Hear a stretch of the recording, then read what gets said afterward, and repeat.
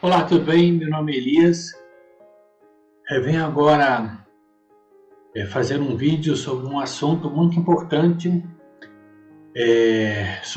relacionado com o foco principal na questão de agradar a Deus. Envolve principalmente o capítulo que fala sobre o matrimônio, mas o assunto não se prende só ao matrimônio, se bem que se concentram bastante nele. Eu estava esses dias, desde o meu último vídeo, meditando e buscando diante de Deus o que gravar, o que comentar sobre a Bíblia. E nada me vinha à mente. Eu lia vários textos, lia a leitura diária, lia a Bíblia, mas nada me vinha à mente. Aí eu falei assim diante de Deus, vou ler um capítulo de um layout que eu tenho no software bíblico Logos que tenho, de um capítulo de um livro, num layout eu tenho vários livros da Bíblia abertos para ler em sequência, né? O primeiro termina um, depois vai para o outro e assim por diante. E eu estava em 1 Coríntios capítulo 7 e li o capítulo todo. Aí Deus me fez prestar atenção no capítulo 7 de 1 Coríntios, nos versículos de 29 a 35. E aí Deus me fez também, meditando nesses versículos, me fez escrever mais ou menos uma página e pouco, quase duas talvez. Não chegou a ser duas, não, nem sei se chegou a 1,5, mas eu escrevi sobre esse assunto e vou falar com vocês agora. Vou ler o assunto que escrevi e comentar um pouco a mais se for necessário, fora do que eu escrevi, mas acrescentando ao que escrevi. Mas antes disso, vamos orar para que Deus possa estar conosco, nos guiando e nos abençoando, para que o nome de Jesus seja engrandecido e adorado e glorificado, porque só Ele merece toda a nossa atenção e serviço. Vamos orar? Senhor Jesus, Pai bendito, louvado e adorado seja o Teu nome, engrandecido seja o Teu nome. Pai, ensina-nos a Tua palavra, ensina-nos a viver a Tua verdade. Pai, que eu meditei sobre esse versículo, mas o Senhor, ó Deus, é o único que pode fazer com que em mim essa meditação se transforme em vida, em prática. Eu preciso de Ti, Senhor Jesus. Ajuda-nos, ampara-nos, Senhor Jesus. Que o Teu nome, ó Deus, possa ser obedecido por minha vida e por este ouvinte e que está assistindo esse vídeo, Pai. Que o Senhor, ó Deus, toque no coração dele. Tu sabes as dificuldades que ele tem passado. Tu sabes, ó Deus, o nível de revelação da Tua palavra que ele tem. Tu sabes, ó Deus, como ele precisa chegar a crescer mais em Ti. E se essa pessoa não Te conhece, Tu sabes, ó Deus, como alcançar o coração dela. Eu não sei, Pai. Eu só sei o que a Tua palavra, a Bíblia, revela e aquilo que da Tua palavra está revelado para mim, pessoalmente, Pai. Ajuda-nos, Senhor Jesus Cristo, resolva as nossas dificuldades que temos de Te agradar e ajuda-nos, ó Deus, a alcançar, como diz a Tua palavra, buscai o reino de Deus e a sua justiça e as demais coisas vos serão acrescentadas. Que nós busquemos o Teu reino, que é buscando a Ti e agradar a Ti, para que o Senhor faça o restante de nossas vidas, ó Pai. Nós Te louvamos, ajuda-nos, em nome de Jesus, amém. Vamos ler o texto antes? É aqui 1 Coríntios, capítulo 7, versículo 29 a 35.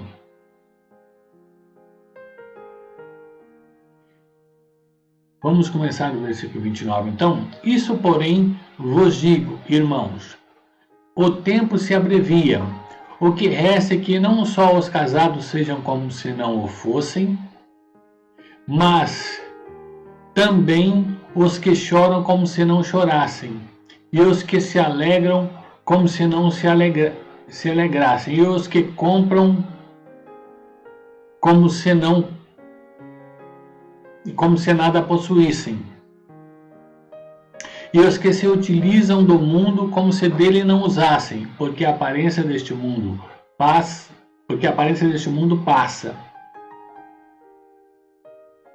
O que realmente eu quero é que sejais livres de preocupações. Quem não é casado cuida das coisas do Senhor, de como agradar ao Senhor.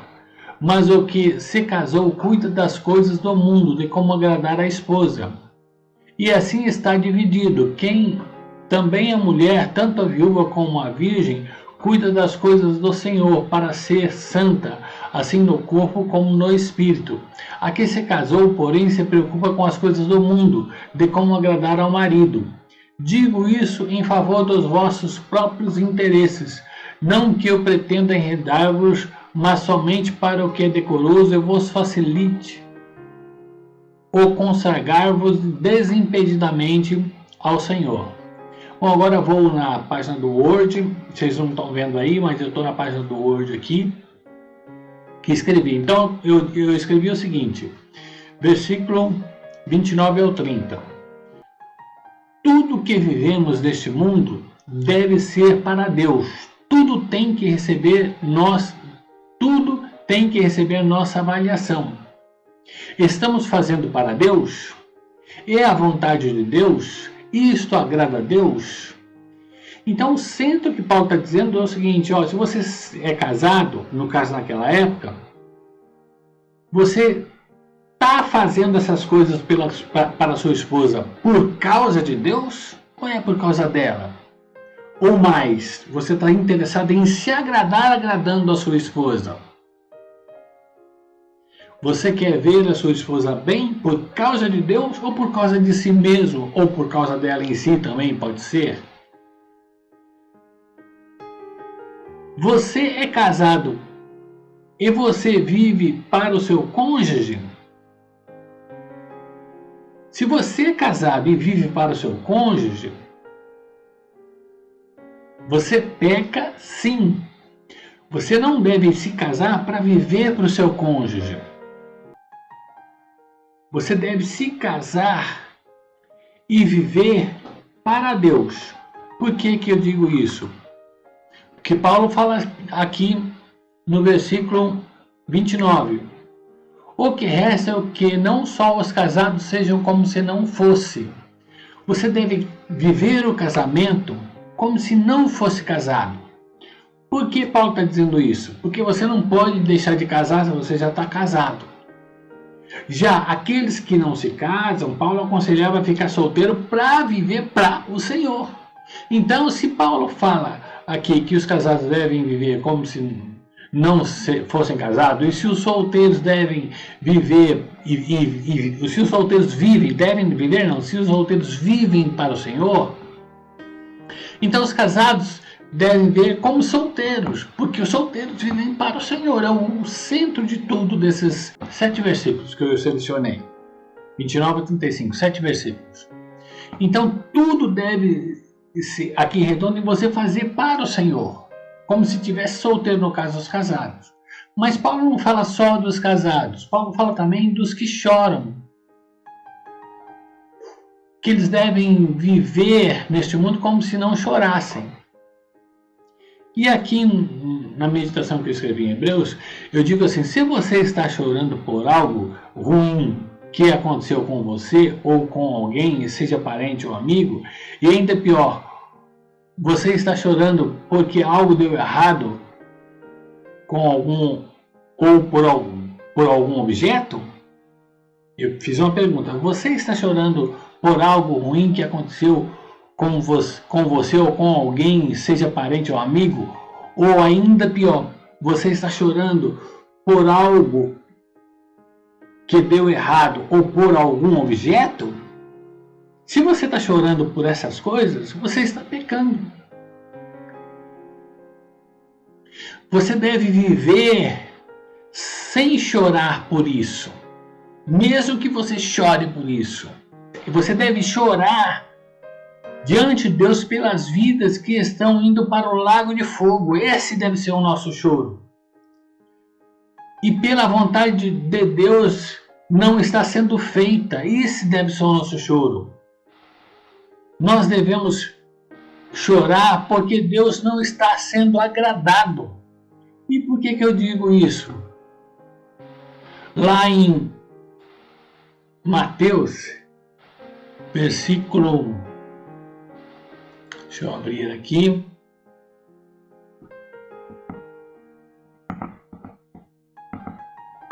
Mateus 5, versículo 4. Bem-aventurados os que choram, porque serão consolados. Esse deve ser o nosso choro, chorar pelo motivo de Jesus nos capítulos 5, 6 e 7 de Mateus. Por que eu digo isso? Porque devemos chorar pelo que Deus chora. E quando choramos por nossas coisas, devemos viver como se não estivéssemos chorando por elas, pelas nossas coisas. Se estivermos chorando porque aconteceu algo de ruim com a gente, não choremos, ou se choramos, não vivamos como se estivesse chorando por isso. Se choramos porque algo deu errado em nossa vida, vivamos como se não estivéssemos chorando por isso. Porque Paulo vai dizer no final de tudo, vai dizer o seguinte: porque a aparência deste mundo passa. Chorar por nós ou algo de nós vai passar. O mesmo vale para a alegria. Se a gente está se alegrando por ter se casado, vivamos como se não tivéssemos essa alegria, porque está dentro da vontade de Deus isso, nos alegramos pela vontade de Deus sendo satisfeita, não pelo casamento em si. Por quê? Porque o casamento vai passar, é uma aparência do mundo. No céu, as pessoas não são casadas, não tem casamento no céu, são como os anjos. Você está se alegrando por ter ganho o carro vai ficar velho, vai ficar em desuso, você vai ter que comprar outro, e o outro vai acontecer a mesma coisa até você ir para o céu. Você não vai levar o carro para o céu. Não se alegre por isso. Você ficou alegre porque se tornou rico. A riqueza desse mundo não vale nada diante de Deus. Você se tornou alegre por quê? Por se formar numa faculdade ou por ter sido promovido no emprego. E essas coisas vão ficar aqui na Terra. Você se alegrou por ter tido um filho biológico? Não se alegre por causa disso. Porque esse filho não é seu, é de Deus. É Deus que impôs nas suas mãos como sua responsabilidade. Você tem que agradar a Deus no cuidado e não ter recebido essa responsabilidade de Deus. Você se alegrou porque seu filho foi formado na faculdade. Seu filho não vai levar isso para o céu. Ou por teu filho ter conseguido um emprego, isso vai ficar aqui na terra. Se tudo isso não está na vontade de Deus, não se alegre. Se está na vontade de Deus, se alegre por causa da vontade de Deus, se está sendo agradada, não por tudo que vai ficar aqui nesse mundo. Viva como se isso fosse um motivo de choro, pois não está na vontade de Deus. O que? Se você faz tudo isso acima que se alegrou e não está na vontade de Deus, é motivo de choro, não está na vontade de Deus. O que não agrada a Deus deve ser chorado porque não está na sua vontade, agradando-o. Mas isso é da vontade de Deus. Então devo me alegrar por isso? Mesmo assim, não se alegre por isso. Não deixe essas alegrias tomarem o lugar de Deus na sua vida. Se alegre porque a vontade de Deus está sendo feita através disso, e não por isso em si. Pois o casamento passa, o carro perece, a riqueza deste mundo na morte se desfaz, o curso da faculdade no céu de nada vale, a promoção no emprego também passa, o filho biológico não é seu, como eu já disse, é de Deus, a faculdade e o emprego de seu filho não serão levados para o céu. Deus se agrada da santidade de seu filho e sua em todas essas coisas. Mas para ser santo tem de ser o que a raiz da palavra santo é, separado para Deus. O mesmo vale também para quem se utiliza do sistema deste mundo. O que eu estou dizendo? Você se tornou um deputado, ou um vereador, ou um enfermeiro, ou um prefeito, ou um motorista no sistema do mundo, seja ele público ou privado, viva como se você, que é um presidente, não fosse, que é um prefeito, como se não fosse, pois tudo assim é em algum grau utilizado do mundo também, com a diferença que Com a diferença que aqui não se tem posse, só utiliza, ou seja, o presidente não tem posse do cargo de presidente. O prefeito não tem posse do cargo de ser prefeito. O rico, por exemplo, o dono da Google, é dono da Google. Ele não somente utiliza do sistema do mundo da Google, como ele é dono da Google no mundo.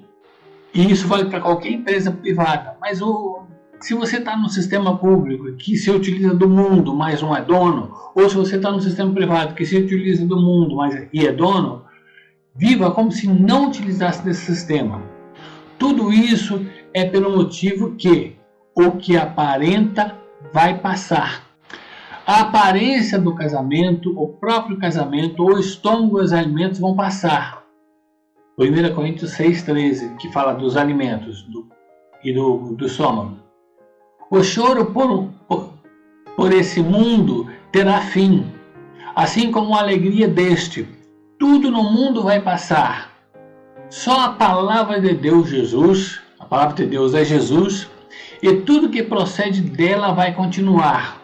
O amor de Deus vem da sua palavra, a alegria do Espírito Santo vem da palavra de Jesus, o choro pelos pecadores vem da palavra de Jesus, Mateus 5,4, assim como a paciência em Jesus, a paz de Jesus, a pureza de coração em Jesus, etc.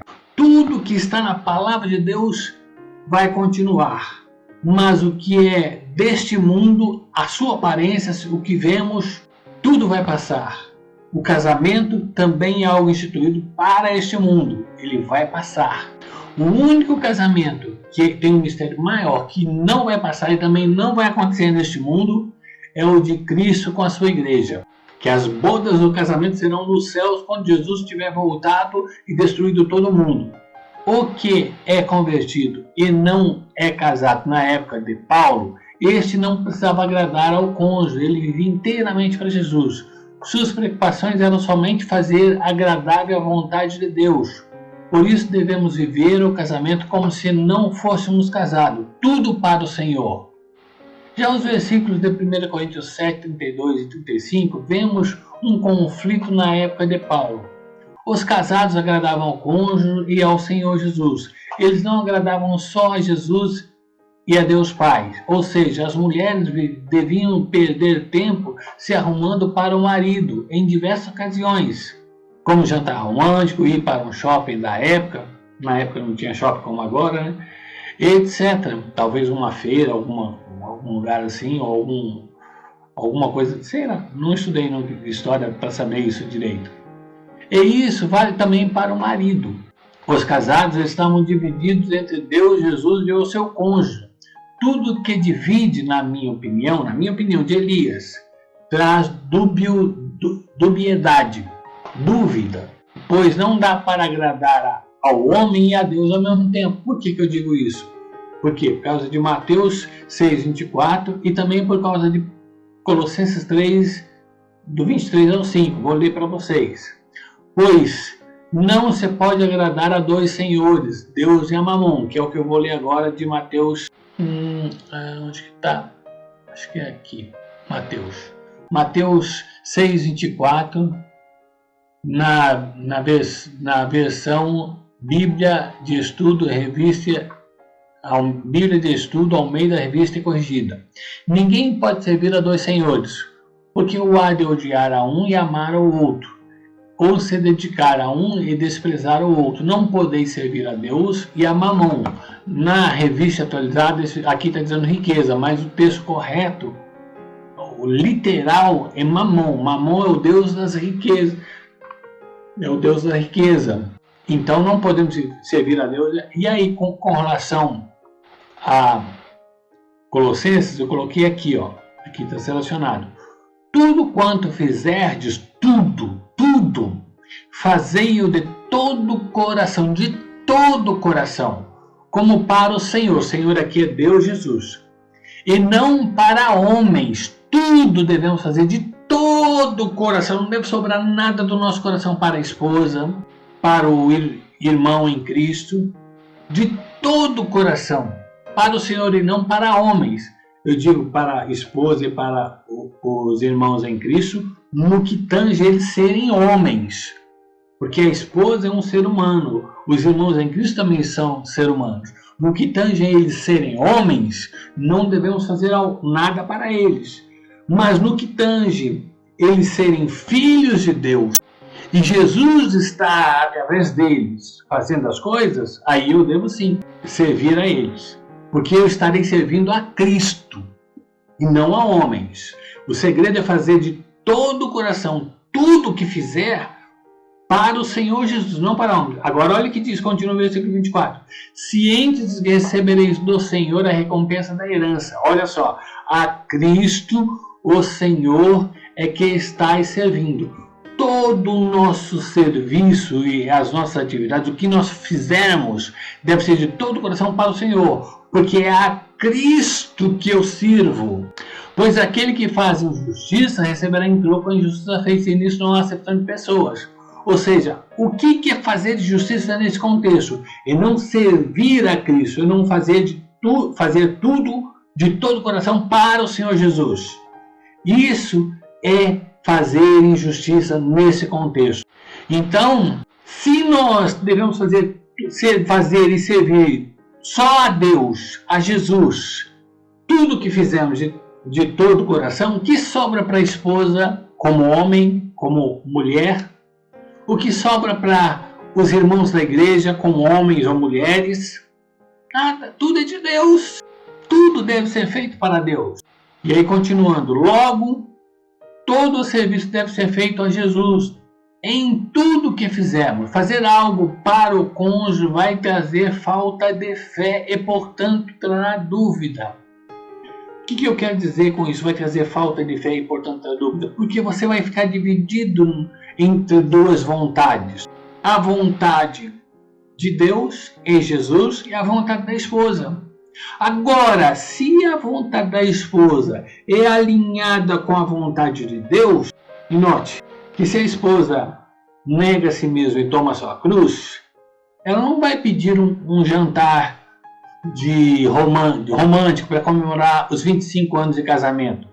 Ela vai querer que nos 25 anos de casamento dela, ela e você, seu esposo, façam um jantar, e ela e ele, né? No caso, se a esposa quiser comemorar o aniversário de 25 anos, faça um jantar, se for da vontade de Deus, de evangelismo, ou de louvor e adoração, ou faça uma vigília para estarem vigiando diante de Deus. Digo isso por quê? Porque quando Jesus voltar, Jesus mencionou isso numa parábola. E existirão aqueles que dizem, eu me casei, não posso ir às bodas do Senhor. Dê-me por excusado. O casamento, como casamento, pode impedir as coisas da volta de Cristo. E até mesmo a comemoração da volta de Cristo, que é as bodas do Cordeiro. E se fazemos isso dia a dia, agradando a esposa e não a Cristo?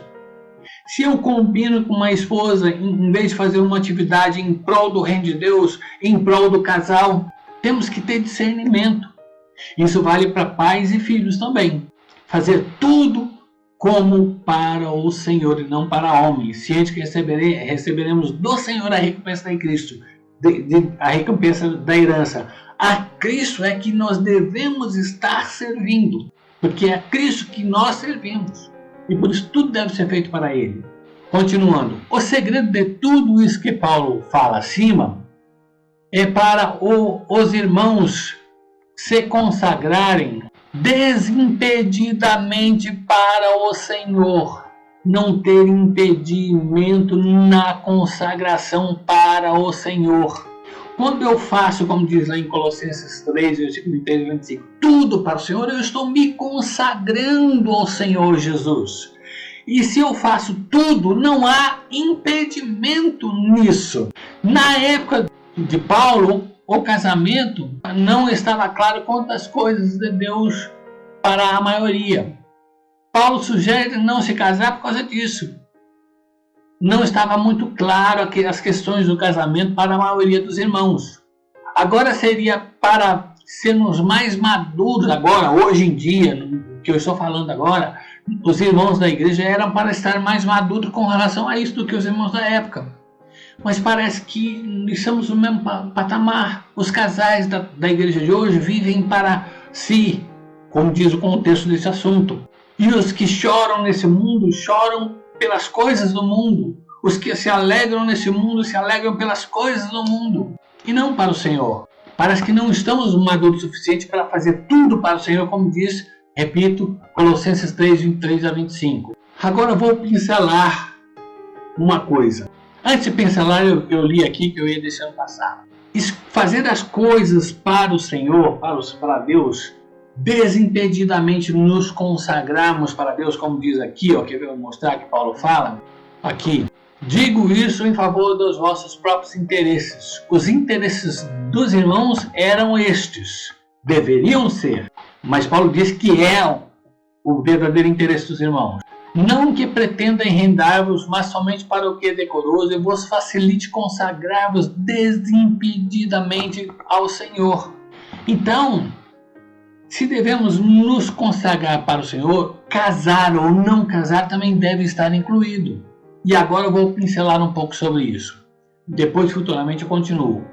Nem todos, digo isso para a maioria, devem seguir o conselho de Paulo para ficar solteiro.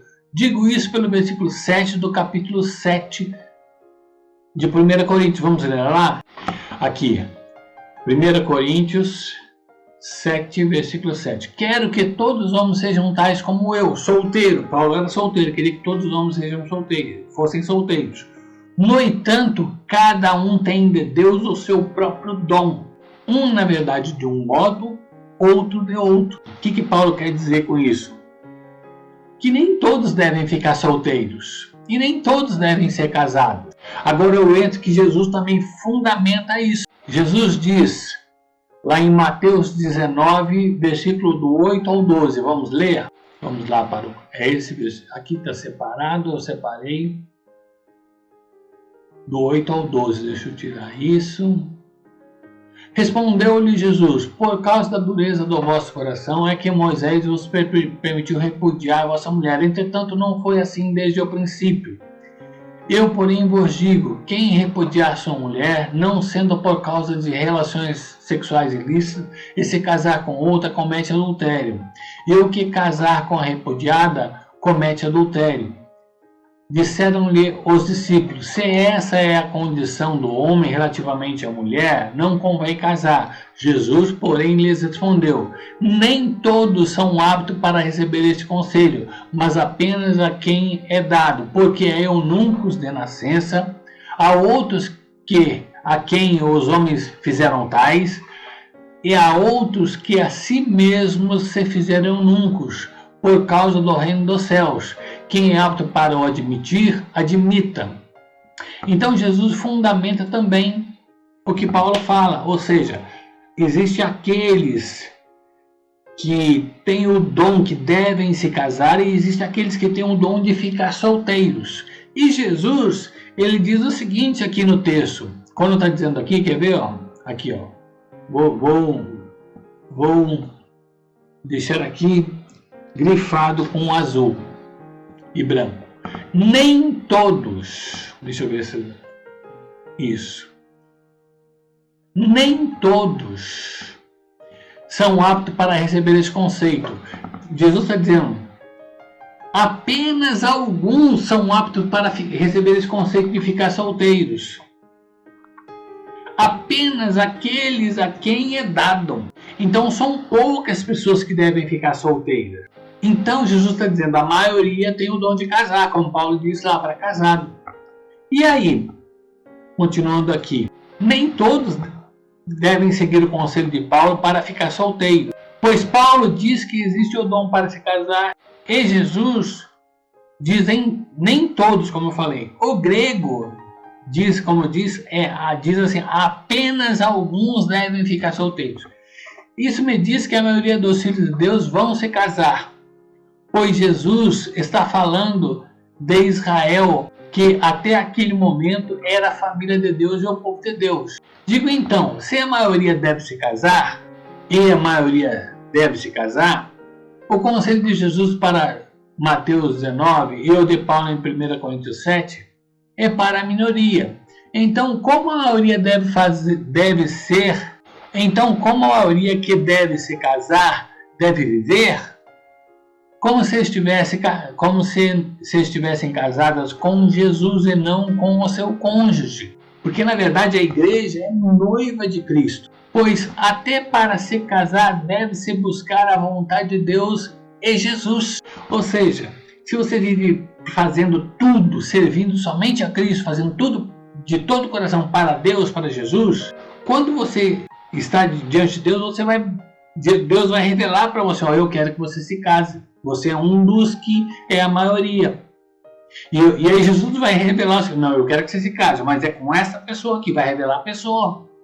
E vai revelar para aquela pessoa que você é para casar com ela. Porque é a vontade de Deus. Se bem que ainda assim, um dos cônjuges pode recusar por alguma carnalidade. Bom, isso é outra história, é outro pano para manga que eu não vou falar aqui. Senão vai demorar muito, porque eu já vou ver aqui com quantos minutos. Sem edição, eu já estou com 35 minutos. Continuando, até para se casar deve-se buscar a vontade de Deus e de Jesus. Não devemos nos casar por causa de uma necessidade humana, seja ela sua ou de outro, seja do seu pai, seja da outra pessoa, seja quem for. Então, se devemos casar para agradar a Deus, e com quem deve ser para agradar a Deus? E, depois de casado, o casal não deve fazer jantar romântico para agradar um ao outro. Ele deve fazer jantar evangelístico para agradar a Deus. E deixa Deus fazer o jantar romântico para agradar aos seus filhos, aos filhos de Deus, no caso, o casal. Deixa que Deus usa vocês no casal, no jantar evangelístico ou qualquer outra coisa relacionada ao reino de Deus. Deixa Deus usar daquilo para abençoar o casal, se é o casal, abençoar os pais e filhos, se é pais e filhos, abençoar os avós e netos, se é avós e netos, abençoar os dois irmãos, as duas irmãs, o irmão e a irmã, seja biológico ou seja na fé. Deixa Deus fazer, porque Jesus disse lá em Mateus capítulo 6, versículo 33, buscai em primeiro lugar o reino de Deus e a sua justiça, e as demais coisas vos serão acrescentadas, inclusive a agradabilidade nossa. O centro de nossas vidas deve ser fazer tudo em serviço a Jesus e não para homens. Digo isso pois os discípulos de Jesus também são homens e, como tal, não devem ser agradados. Note, os discípulos de Jesus, como filhos de Deus, devem ser objetos de agradar a Deus, mas como homens não devem ser agradados, a não ser que Deus assim queira, porque tudo deve ser para agradar a Deus. Bom, vou ficar por aqui, teria muita coisa para falar, isso já exagerei aqui, já são, quer ver, 38 minutos sem edição e sem acréscimo. Então vou parar aqui, que Deus abençoe a todos, num momento futuro, eu vou continuar da onde parei. Espero que Deus me inspire. Não sei se fui muito inspirado agora, mas Deus está no controle de tudo. Espero que pelo menos você entenda uma boa parte e que Deus te edifique e te abençoe. Vamos orar para concluir esse assunto? Senhor Deus, Pai bendito, louvado seja o teu nome, engrandecido sejas tu. Que o teu nome, ó Deus, possa ser entendido através desse vídeo, do ouvir e ler esses textos. Que o teu nome seja adorado e bendito, Pai. Que o Senhor possa ter edificado esse ouvinte que assistiu esse vídeo e que o Senhor possa o levar a crescer e a santificar-se ainda mais na tua presença. Que esse ouvinte possa aprender a fazer as coisas para agradar somente ao Senhor, como para o Senhor e de todo o coração. Por favor, abençoe-o. Sei, ó Deus, que ele tem dificuldades, eu também tenho. Quantas dificuldades eu tenho, é muito difícil porque nós estamos lutando contra os espíritos que querem fazer com que nós não agrademos a Deus e assim a nós mesmos ou qualquer homem, ou mesmo a eles próprios, aos espíritos malignos. Não deixa, Pai, que nós agrademos a qualquer outro ser senão a Ti, ó Jesus e ó Deus Pai. Ajuda-nos para a Tua honra e adoração e glória. Em nome de Jesus eu oro. Novamente, Deus abençoe a todos.